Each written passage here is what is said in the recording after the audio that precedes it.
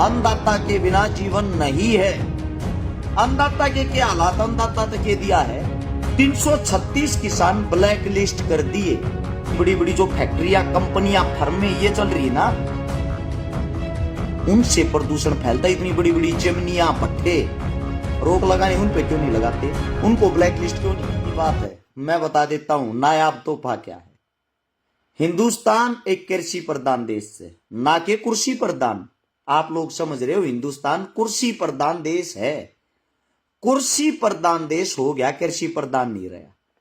80% आदमी खेती पर निर्भर हैं, खेती करते हैं।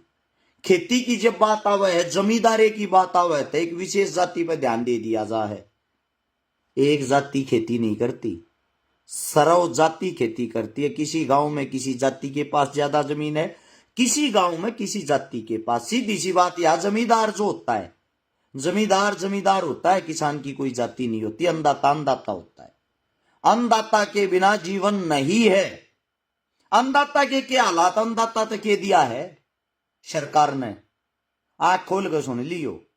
हो सकता आप लोगों को ना पता और हकीकत बोलने की किसी की औकात नहीं। ये बात मैं पहले भी चिल्ला चिल्ला कहा करता।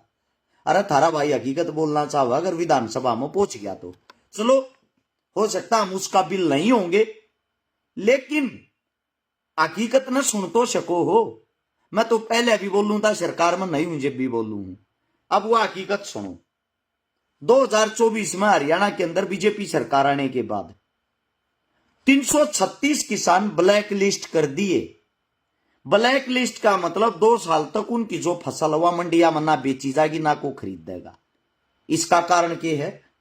इसका कारण भी पता होना चाहिए। जो 336 किसान ब्लैक लिस्ट किए हिनमत है, लगभग आपको बता देता हूं। कैथल में 123 मामले दर्ज हुए हैं और बाकी आसपास शाम हुए हैं। पराली फूकते थे आए हैं ये। अकिन ने वायु प्रदूषण कराया है, वायु प्रदूषण फैलाया है। अगर 364 दिन किसान इस देश को हरियाली देता है और एक दिन उसने 365 दिनामक एक दिन उसने वायु प्रदूषण कर दिया, कौन सी उसे वातावरण के अंदर प्रदूषण में उसका कितना प्रतिशत हिस्सा हो गया? ये इतनी बड़ी बड़ी फैक्ट्रियां हैं, कंपनियां हैं, इतने व्हीकल चलते हैं। क्या कभी उन फैक्ट्रियों पे भी कोई आप लोगों ने कोई ब्लैक लिस्ट किया, मुकदमा दर्ज कराया है? सरकार से पूछना चाहता हूं, किया है क्या आज तक? किसान जो पराली फूकता है उस पराली के लाभ भी हैं। माछरी जो है यार, मच्छर जो है यार, उन तो छुटकारा मिल रहा है। जिन्हें लागे है अगर भाई एक दिन की कराल की किसान की पराली फूके तो हमने सांस लेने में हमारा दम घोटा है। ये मूर्खता का परिचय है और कुछ नहीं। ये इतनी बड़ी बड़ी जो फैक्ट्रियां, कंपनियां, फर्में ये चल रही है ना, उनसे प्रदूषण फैलता है। इतनी बड़ी बड़ी चिमनियां, भट्ठे, रोक लगाने उन पे क्यों नहीं लगाते? उनको ब्लैक लिस्ट क्यों नहीं किया? 336 जो किसान, उनको 2 साल के लिए ब्लैक लिस्ट कर दिया। क्यों? क्योंकि उनकी आवाज सुनने वाला, उनकी आवाज उठाने वाला, उनकी आवाज लड़ने वाला कोई है ही नहीं। आप सभी साथियों को एक बात और बता देता हूं, 1,57,000 रुपये भी वसूले गए हैं 63 किसानों पे। डीएसपी साहब है कैथल से, उन्होंने मामले दर्ज करते, यानी कि गरीब को और गरीबी में मारा जा रहा है। अगर आपको वसूली करने का शौक है, गुजरात के अंदर शाह की बीवी भागी है, खबर चला के देख लो, कै करोड़ रुपये लेगा बाजी है, पता लग जाएगा। उसको पकड़ के दिखा दो ना, वो विदेश निकल गई। मालिया साहब पकड़ा आज तक किसी ने? ये बड़े बड़े घोटाले करती थी, इतनी बड़ी रकम लेकर भाज जाए, उनको पकड़ने वाला कोई नहीं। वाहन व्हीकल कितना है प्रदूषण देता हो, कितना है? एक 100 रुपया की पर्ची बनेगी, उस समय उसका प्रदूषण बंद हो जाए बिना चेक करे। क्या कभी उस पे मुकदमा दर्ज होया है? सबसे बड़ी बात, किसानों के साथ अन्याय, दोबारा फिर से लाठीचार्ज। देखो किसानों की दुर्दशा देखो।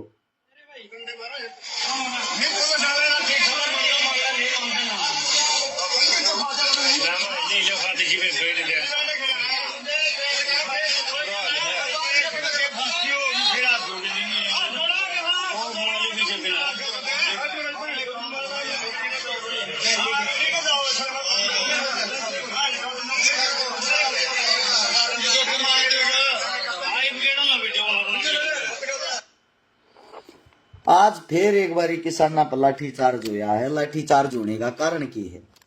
उचाना के अंदर डीएपी खाद लेन किसान गए थे, लाइन में लाए गिरे थे। काली बाजारी सरकारी सिस्टम के तहत जो डीएपी की बिजली पे किसाना ने परेशान करने लग रहे हैं।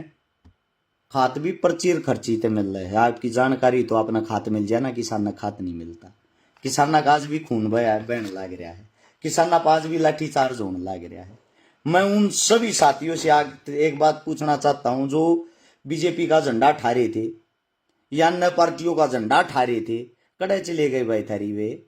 जिन जिन तुम वोट दो थे थारे वे रक्षक अब इस टाइम पे कहां चले गए? सरेआम किसान की दुर्गति हो रही है।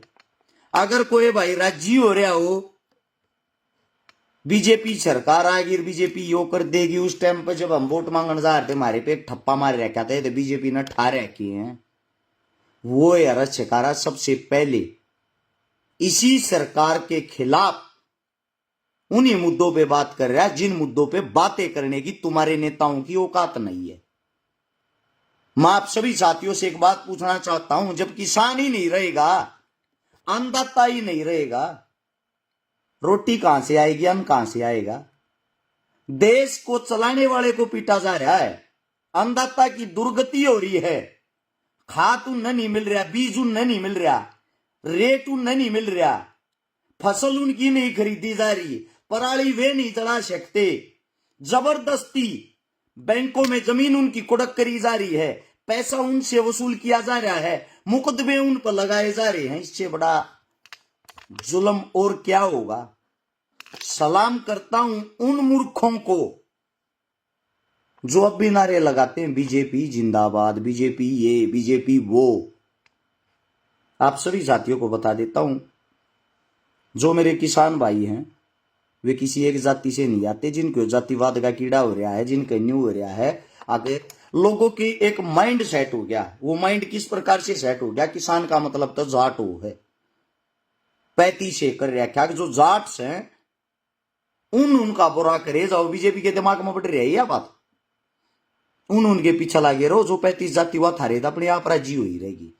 35 सन पकड़ लो, एक का लात मार दो, 35 सन राजी करती एक पर मुकदमा कर दो। या तो है हरियाणा की स्ट्रेची, हरियाणा से अगर आप बाहर जाओगे मुसलमाना के सर पर चढ़ जाओ, हिंदुआ का झंडा ठा लो, मुसलमाना ने टारगेट करे जाओ, हिंदुआ ने राजी करे जाओ। काम करने की किसी ने कोई जरूरत नहीं।